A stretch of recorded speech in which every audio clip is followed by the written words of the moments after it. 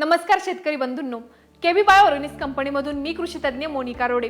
तर आज आपण पाहणार आहोत कांदा पिकामध्ये येणाऱ्या फुलकिडीवरती नियंत्रण कसे करावे। सध्या महाराष्ट्रामध्ये विविध भागांमध्ये आपल्याला कांदा पिकाची लागवड झालेली पाहायला मिळते, परंतु नियोजन करत असताना कांदा पिकामध्ये पीळ पडणे, पिकाची वाढ खुंटणे, त्याचप्रमाणे पिकाचा दर्जा खालावणे अशा विविध समस्या आपल्याला आलेल्या पाहायला मिळतात। तर या समस्या येतात कशामुळे हे देखील आपल्याला माहित असणं गरजेचं आहे।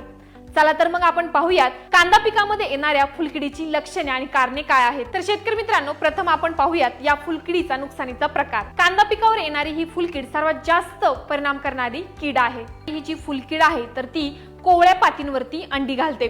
तसेच प्रौढ फुलकिडी ही फिकट पिवळ्या ते राखाडी रंगाची पाहायला मिळते। सुरुवातीच्या अवस्थेमध्ये पातींवर लहान पांढरे ठिपके दिसतात। तीव्र प्रादुर्भावामध्ये आपल्या पिकाची जी पात आहे तर ती टोकापासून खालच्या बाजूपर्यंत कोरडी झालेली दिसून येते। ही फुलकीड कांदापातीच्या आतमध्ये कांदापातीला फोल्ड करून सोबतच बुंद्यामध्ये राहून स्वतःचा उदरनिर्वाह करते। आणि जर या फुलकिडींची संख्या जास्त प्रमाणामध्ये असेल तर पातीच्या वरच्या बाजूला देखील आपल्याला ही फुलकीड दिसून येते। फुलकिडीच्या या उदरनिर्वाहामुळे पातीवरती देखील डाग आपल्याला दिसून येतात। यामुळे कांदापातीचा दर्जा देखील खालावतो। जास्त प्रमाणामध्ये वाढलेल्या या डागांमुळे प्रकाश संश्लेषण क्रिया देखील मंदावते।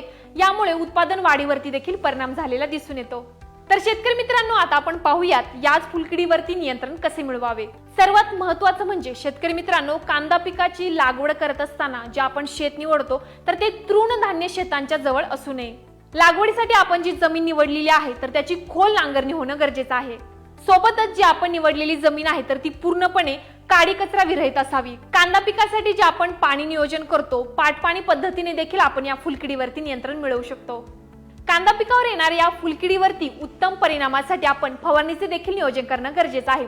फवारणीचे नियोजन करत असताना केबी बायो ऑर्गॅनिक्सचे थ्रिप्थरेज 2 मिली आणि 3000 ppm ची ऑर्गॅनिम 1 मिली प्रति लिटर पाण्यामध्ये मिसळून आपण फवारणीचे देखील नियोजन करू शकतो, जेणेकरून या कांदा पिकावर येणाऱ्या फुलकिडीवरती पूर्णपणे नियंत्रण मिळण्यास मदत होते आणि पुढे जाऊन उत्पादनामध्ये देखील वाढ होण्यास मदत होते।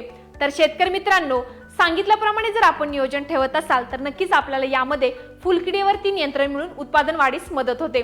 तर शेतकरी बंधूंनो, हा जर व्हिडिओ आपल्याला आवडला असेल तर नक्कीच आपल्या व्हिडिओला लाईक करा, चॅनलला सबस्क्राईब करा आणि बाकी शेतकरी मित्रांना देखील पाठवायला विसरू नका। केबी बायो ऑर्गॅनिक्सची सर्व उत्पादने आपण खाली दिलेल्या नंबरवरती ऑर्डर करू शकता। सोबतच घरबसल्या देखील आपण फ्लिपकार्ट आणि अमेझॉन वरतून ऑर्डर करू शकता। धन्यवाद।